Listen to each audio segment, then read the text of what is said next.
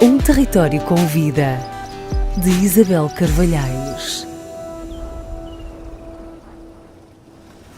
Olá a todos e a todas, eu sou Isabel Estrada Carvalhais e sou deputada ao Parlamento Europeu. Neste programa convido-vos a percorrerem comigo o nosso território para assim conhecermos vários projetos que mostram a riqueza, a diversidade e o dinamismo das regiões do Minho, do Douro e de Trás-os-Montes. Vamos falar da pesca, da agricultura, do meio ambiente, dos saberes tradicionais e da inovação presentes na nossa economia rural. Bem-vindos a um território com vida.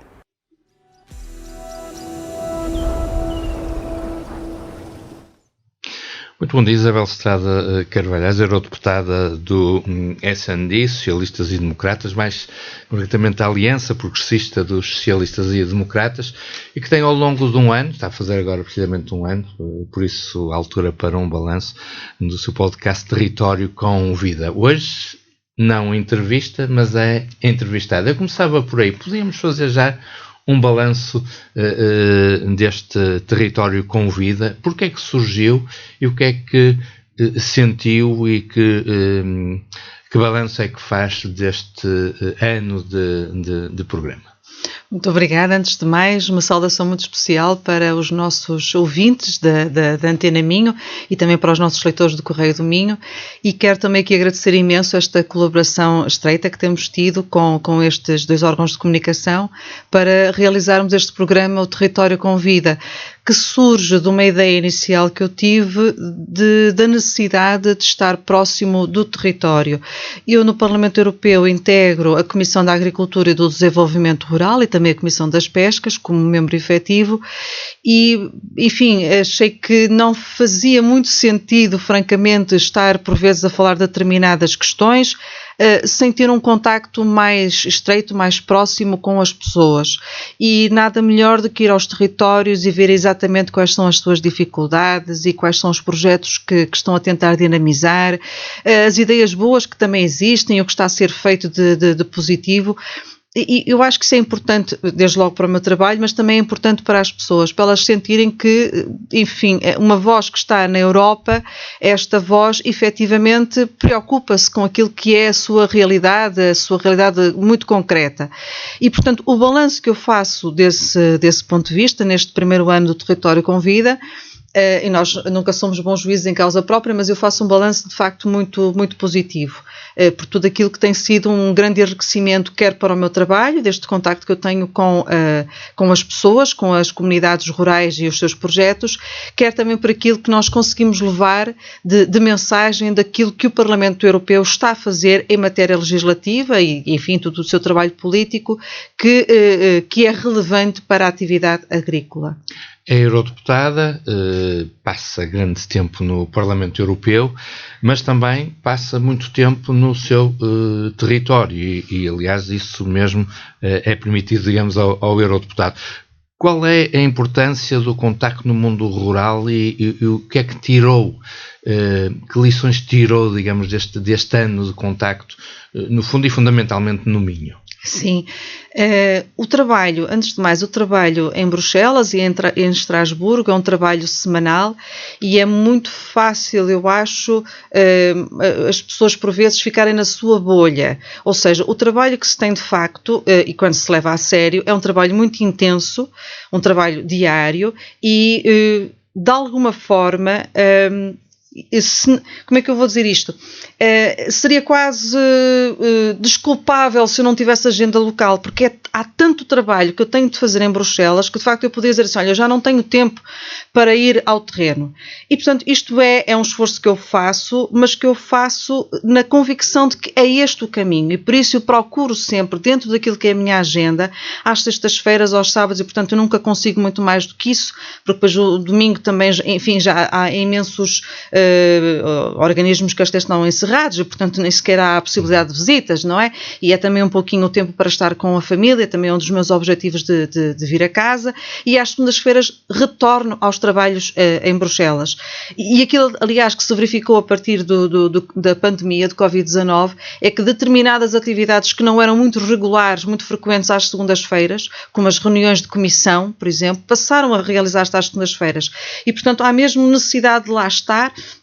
Nem tudo pode ser feito online, não é? Desde logo os processos negociais, e portanto isto é, diria, um esforço que eu faço, mas é um esforço que eu faço com muito gosto, porque efetivamente eu acho que é muito importante estar com as pessoas, ir ao seu encontro, perceber o que é que elas estão a fazer, falar com os grupos de ação local, com as associações de desenvolvimento local, falar com os pequenos agricultores e sobretudo nesta região, aqui no Minho. Houve algo que me disseram em julho passado e que me causou uma grande satisfação, porque senti realmente é por aqui que se deve ir.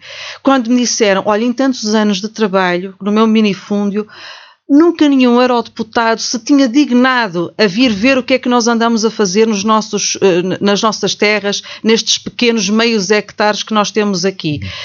E isto eu senti como um elogio indiretamente àquilo que está a ser o meu trabalho. E aliás também foi isso que eu procurei fazer, até mesmo na missão que fizemos em Portugal para a Comissão da Agricultura e do Desenvolvimento Rural. Trazer os deputados europeus, trazer pessoas de fora a ver exatamente o que é que está a ser feito nos nossos territórios. Porque há, de facto, lições muito importantes que nós tiramos da visita a estes territórios. Em primeiro lugar, há uma extraordinária resiliência destas pessoas. Nós estamos numa região de minifúndio, é relativamente frequente ouvirmos falar que o minifúndio não tem futuro, que o minifúndio não tem, digamos, espaço naquilo que é a lógica da agricultura do futuro, e aquilo que esta experiência no território me tem mostrado é que há, pelo contrário, excelentes exemplos de revitalização dos minifúndios. Temos também aqui há aqui um aspecto vantajoso, eu diria, que nós estamos numa região também com muitos jovens e felizmente há recursos humanos, há capital humano que consegue ainda desenvolver bons projetos, excelente empreendedorismo rural, e noutras partes do território português já vai sendo mais difícil encontrarmos esta dinâmica, esta juventude. Mas temos que mostrar aquilo que temos aqui no nosso território. E aqui, de facto, uma das lições muito grandes é essa resiliência, a persistência, é a vontade das gerações mais jovens em dinamizarem, não deixarem morrer as terras dos seus avós, dos seus pais. E têm ideias fantásticas, têm ideias, lá está, que valem não pela quantidade, mas que valem pela qualidade, a valorização dos produtos endógenos, produtos que às vezes já achávamos um bocadinho perdidos naquilo que era a gastronomia tradicional, e portanto há um criar de mais-valia, um criar de valor acrescentado a partir de ideias que se calhar noutros contextos não seriam devidamente valorizados. Contextos de uma agricultura que, por exemplo, que não valoriza esta escala do minifúndio. E uma outra grande lição que nós vamos vendo é que, efetivamente, estes jovens agricultores, empreendedores rurais, porque não estamos só a falar de agricultores, e também os menos jovens, eles têm uma grande consciência ambiental. E isto também é importante, e eu sinto no fundo que fui recolher esta mensagem e que também é a minha função e a minha responsabilidade levar essa mensagem ao resto da sociedade, porque por vezes também há a ideia de que o agricultor não terá grande consciência do impacto que ele tem sobre os recursos naturais. Ele não só tem essa consciência, como sabe que é logo à partida o grande guardião dos recursos naturais. E, portanto, ver da parte destas pessoas esta consciência ambiental, esta consciência do seu papel na preservação da agrobiodiversidade, também é uma lição muito importante que eu tiro destes contactos com o território com vida. Aspectos positivos, praticamente frisou aqui muitos deles. Há mais algum aspecto positivo que tenha sentido ao longo dos programas durante este ano? Olha, vários aspectos positivos, a juventude, a presença das mulheres em muitos destes projetos, por vezes são projetos de transformação de produtos endógenos, por exemplo, o carinho, a relação de afetividade das gerações mais jovens com aquilo que são os legados dos seus avós e dos seus pais, portanto, o reconhecimento de que há todo um tecido cultural, tradicional que deve ser preservado e que deve ser levado a conhecer às outras pessoas. Isto não apenas numa ótica, como às vezes se possa pensar, uma ótica economicista, né? Porque aqui também há uma dimensão de turismo ou algo assim do género que se pode desenvolver. Não é só por isso. é mesmo a consciência de que essa cultura deve ser preservada e, portanto, esse lado da afetividade, de valorização daquilo que é o tradicional, também me pareceu um aspecto muito positivo. O conhecimento que as pessoas têm daquilo, como eu dizia há pouco, do seu papel na preservação da biodiversidade e a sua consciência para aquilo que são as alterações climáticas, e depois a vontade de se autovalorizarem. Ou seja, eu encontrei em todos estes projetos, uns maiores, outros mais pequeninos, pessoas que começaram agora a primeira vez a ter um projeto no mundo agrícola, portanto que vêm de áreas completamente distintas, até outras que dão seguimento àquilo que já era uma tradição dos seus pais ou dos seus avós, continuando com as mesmas terras. Vejo em todas elas uma grande vontade de aprender a práticas agroecológicas, de aprender mais sobre a terra, como conservar os seus nutrientes, como preservar, no fundo, aquilo que são as características da terra, aprenderem também como é que podem, no fundo, criar uma atividade rentável, tirando o melhor proveito daquilo que são os circuitos curtos de distribuição. E esta vontade de aprender, de inovar, de estar continuamente atualizado, eu acho isto um aspecto muito importante, porque também revela que nós temos futuro na agricultura. Estas pessoas não estão paradas no tempo, não querem ficar paradas no tempo e, portanto, tanto os mais novos como os mais velhos, vi esta vontade de continuar, de avançar e de aprender. Portanto, a vontade de continuar vê-se por esse desejo de atualizar conhecimentos, por exemplo. E achei isso extremamente importante porque, mais uma vez, também acho que há muitas vezes a ideia, junto das pessoas mais urbanas, de que o mundo rural resiste à mudança e de que as pessoas não são tão propensas a aprender e a apreender novos conhecimentos. Isso não é verdade.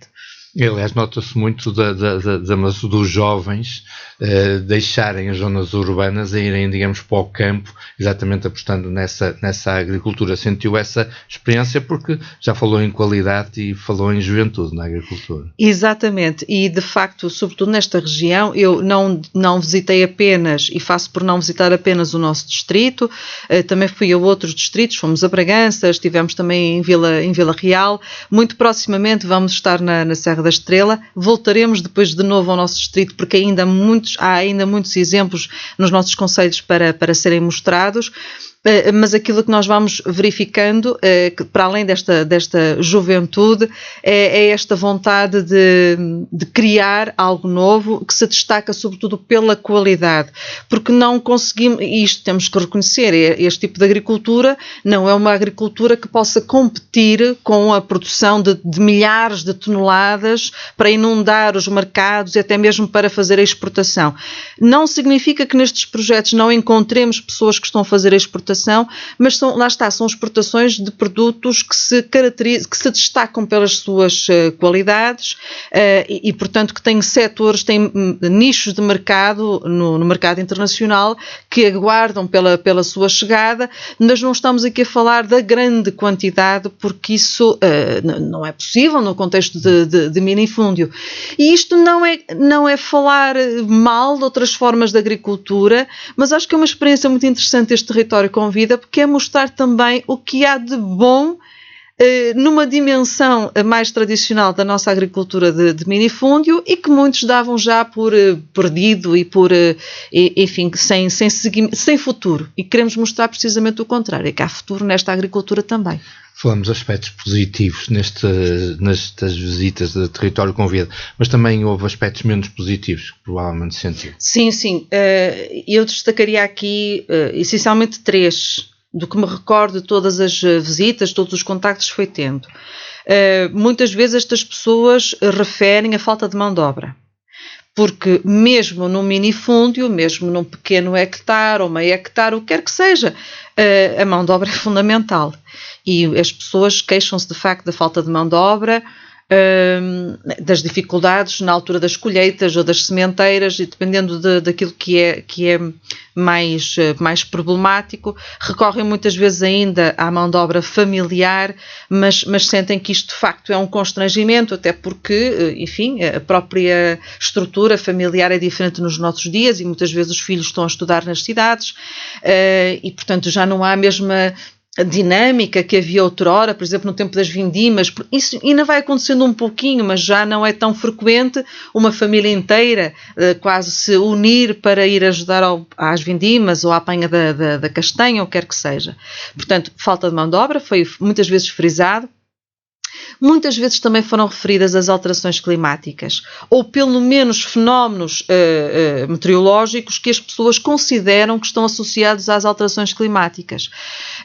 Falámos muitas vezes na seca, falta de água, o aparecimento de novas pragas em determinadas culturas tradicionais que só apareciam no passado, portanto não são desconhecidas das pessoas, mas que só apareciam em anos extremamente quentes, ou então em anos com verões muito prolongados, e portanto as pessoas sentem que agora isso está a acontecer com maior regularidade, portanto os verões cada vez são mais longos, mais prolongados.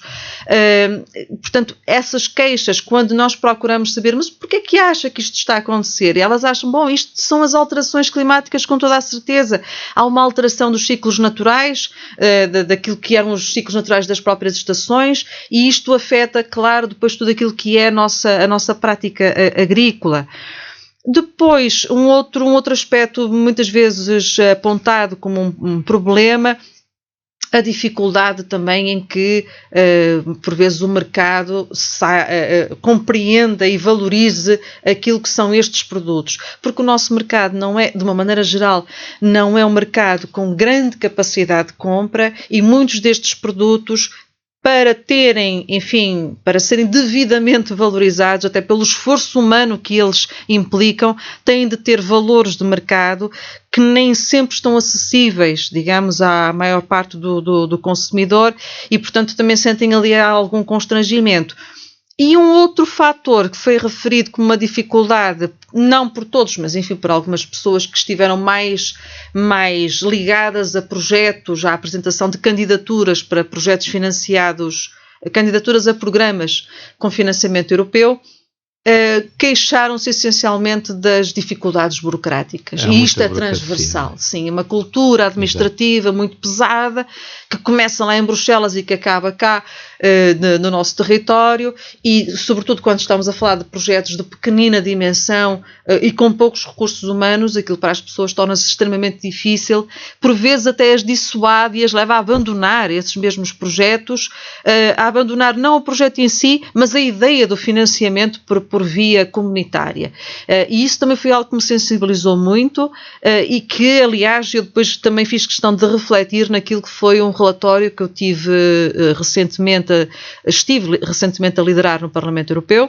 A visão do longo prazo para as zonas rurais da União Europeia. Exatamente, essa visão de longo prazo para as zonas rurais, em que um dos aspectos, um dos pontos que lá está, prende-se precisamente com um apelo direto à Comissão Europeia para que, em conjunto com os Estados, não só comecem a gerar rapidamente mais sinergias entre os diferentes fundos comunitários, fundos europeus, e entre esses fundos e os próprios instrumentos nacionais de financiamento, tem que se aumentar essas sinergias, essa simplificação, essa articulação entre os fundos europeus e os instrumentos nacionais. Mas também lá está esta ideia da simplificação administrativa, simplificar não no sentido de diminuir o rigor, digamos, um rigor que deve sempre existir em qualquer projeto, mas para facilitar a execuibilidade dos próprios projetos, que é uma das queixas que nós temos, transversais, eu diria, ao mundo rural, e não só em Portugal, mas também noutros países. Isto também para que as pessoas tenham a consciência de que, infelizmente, esta cultura administrativa é um problema que nós temos a nível europeu e que tem que ser combatido a nível europeu, porque depois os diferentes projetos nos diferentes territórios rurais, seja em Portugal, seja noutros países, acabam por ser, de alguma maneira, afetados por essa cultura. Esses aspectos negativos que frisou há pouco, três fundamentalmente, sentiu-os naturalmente mais nos territórios de baixa densidade. Uhum. Nestes territórios as pessoas reivindicaram mais alguma coisa? O que é que mais pediam? O que é que sentiu mais? Nos territórios de baixa densidade, as pessoas nunca se definem como território de baixa densidade. Não é? É uma terminologia técnica que nós utilizamos. Quem está nesses territórios diz-nos assim: olha, o que nós precisávamos aqui era de ter mais facilidade de acesso a uma escola, a um centro de saúde, precisávamos de ter mais mobilidade, portanto, transportes públicos que rapidamente nos levassem a um hospital. E quando olhamos para este tipo de reivindicações, nesta linguagem muito simples, nós percebemos o que é que as pessoas nos estão a dizer. Elas precisam de acesso a serviços básicos, essenciais, à organização do seu dia-a-dia. Nós, como estamos numa região em que as distâncias são relativamente curtas entre o espaço urbano, periurbano e o espaço rural, de alguma forma isto poderia ser ou poderá ser mitigado através de uma aposta muito grande em mobilidade sustentável, em transportes públicos gratuitos, sobretudo a pensar nas pessoas idosas, que muitas vezes têm que fazer deslocações para tratamentos hospitalares, por exemplo.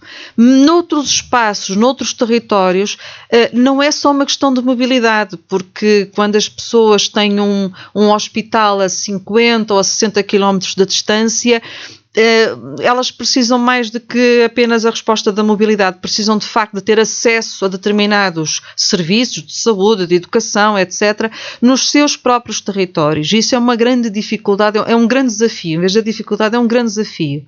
E, portanto, falam-nos sobretudo destes aspectos muito práticos do seu dia-a-dia e que nos fazem pensar, e também falam, por exemplo, na questão da conectividade. Em Portugal é curioso porque não é tão dramático como noutros países europeus, ao contrário daquilo que as pessoas possam pensar.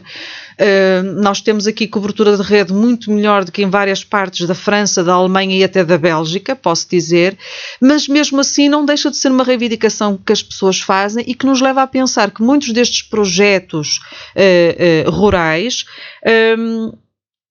terão, eu não vou dizer que estão comprometidos, mas terão maiores possibilidades de continuarem a ter sucesso se esta parte do contexto estiver também solucionada. O que é que eu quero dizer com isto?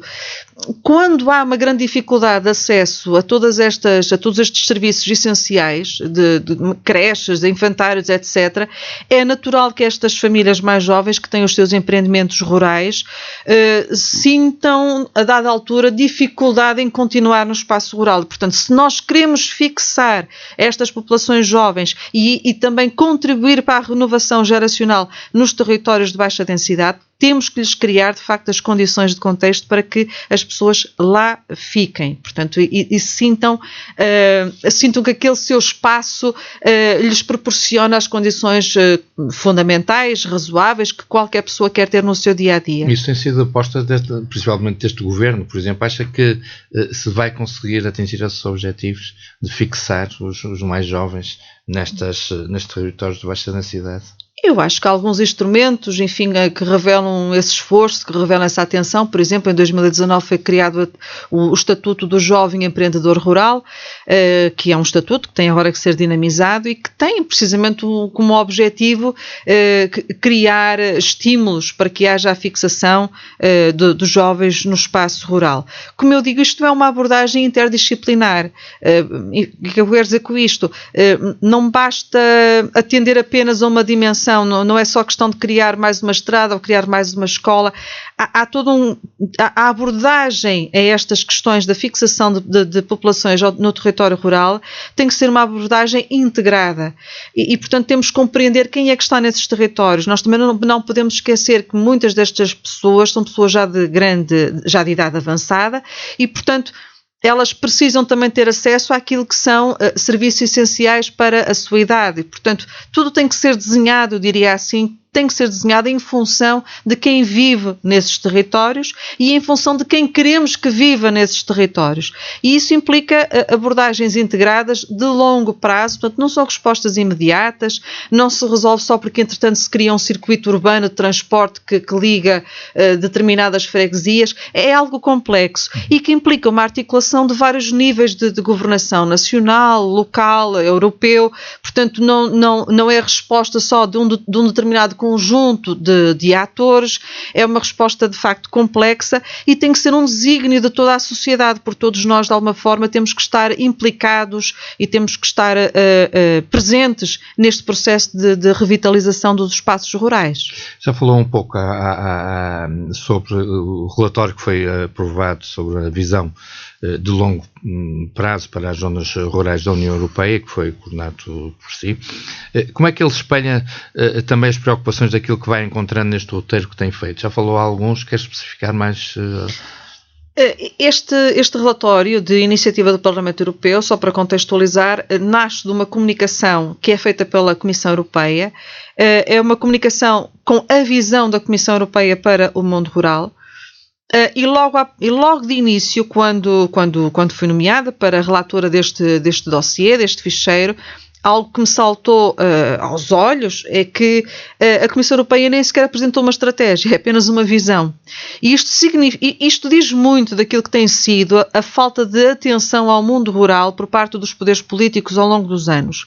Mas também temos aqui uma oportunidade, é assim que nós temos que pensar. Portanto, o facto de haver uma visão para o mundo rural, neste contexto de uma Europa que tem tantas questões em aberto, não deixa de ser uma oportunidade. Portanto, é trazer o mundo rural para o debate político, e aquilo que nos compete agora é não deixar esmorecer a presença do mundo rural no debate político.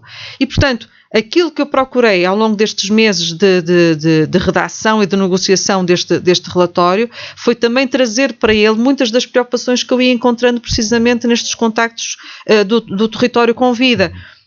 A questão da quebra demográfica, do envelhecimento geracional, as dificuldades administrativas que os jovens têm para conseguir, e os grupos de ação local, para conseguirem que os seus projetos sejam aprovados e implementados, a questão de não saberem exatamente qual vai ser o futuro dos seus projetos, mesmo que tenham muito sucesso, mesmo que sejam projetos muito interessantes, quando à volta nesses seus territórios não encontram as condições de contexto necessárias para fixar os seus filhos, para garantir que os seus filhos terão a escolaridade, para garantir que os seus pais mais idosos terão acesso a cuidados de saúde, as questões da conectividade, que aliás, como eu digo, até são muito mais prementes daquilo que eu me apercebi em contacto com outras associações europeias, mas que também foram referidas em Portugal. Tudo isto acabou por de alguma maneira também estar vertido no relatório. E, portanto, eu diria que o território com vida é uma coincidência, porque isto não foi, digamos, não foi assim concertado, mas acabou por ser uma oportunidade de, empiricamente, no terreno, ter todas as evidências e mais algumas de que eventualmente eu precisaria para sustentar aquilo que foi a redação do relatório. E, portanto, o relatório não é apenas um exercício retórico, porque de alguma maneira qualquer um de nós consegue imaginar aquilo que são as dificuldades do mundo rural. Não é um exercício retórico, é de facto um espelho daquilo que no terreno é a realidade neste momento. E é uma realidade que diz: temos de agir agora. E, portanto, esta visão de longo curso para 2040 chega num instante. E, portanto, se queremos fazer uma transformação, ela tem que começar agora. Aquilo que nós apelamos no relatório é que a Comissão Europeia, desde já, ainda neste quadro de financiamento plurianual até 2027, faça sair uma proposta legislativa que permita precisamente criar essa tal sinergia entre os fundos europeus e entre estes e os instrumentos nacionais, facilitando, no fundo, aquilo que é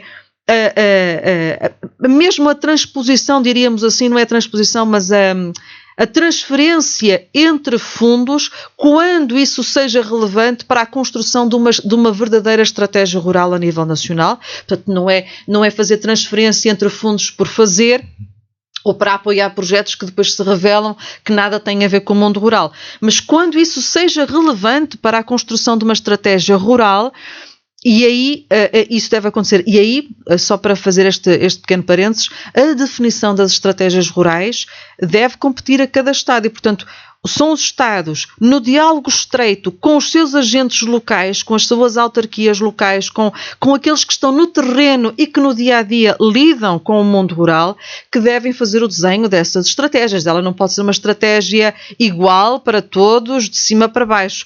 Aliás, é um dos princípios transversais neste relatório, e é também uma ideia que está presente na visão da Comissão, é que tudo isto deve ser de baixo para cima, ou seja, as soluções para o mundo rural têm que ser desenhadas a pensar nos locais e têm que ser desenhadas feitas pelos locais, pelas pessoas que dominam essa realidade. Não pode ser um exercício académico, retórico, portanto centralizado, porque obviamente que depois não vai responder àquilo que é a dinâmica de cada local e de cada comunidade. Conclui que o roteiro acabou por ser uma mais-valia para a construção do relatório. Isso significa que vamos ter território com vida em 2023? Vamos continuar a ter território com vida em 2023. Como eu dizia, o próximo programa vai ser gravado na Serra da Estrela, onde vamos aproveitar para ver projetos, lá está, também muito resilientes da produção de queijo da Serra, sobretudo num contexto em que sabemos que aquele território foi extremamente afetado pelos incêndios deste ano, e portanto vamos ver ali alguns bons exemplos desta luta, de como é que se consegue dar a volta por cima, e vamos continuar a fazer este território com vida, até porque agora também tem um outro relatório que é precisamente sobre a renovação geracional para o mundo rural.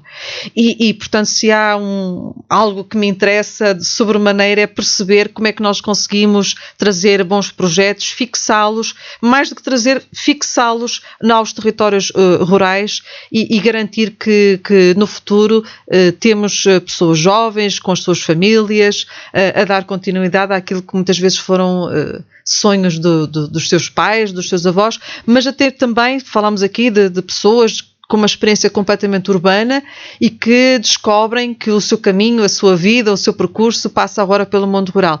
E eu quero perceber estas dinâmicas e o que é que faz falta ainda para que haja mais jovens a sentirem-se atraídos pelo mundo rural. Isabel Estrada Carvalhais, foi um gosto enorme eu ter participado neste podcast do Território com Vida, e muitos parabéns por este ano que nos trouxe aqui uma visão diferente do mundo rural que existe em Portugal. Muito obrigada, e concretamente no Minho. Isabel Estrada Carvalhais, eurodeputada socialista, que faz parte do grupo da Aliança Progressista dos Socialistas e Democratas, mais conhecidos por S&D, o balanço de um ano de podcast Território com Vida.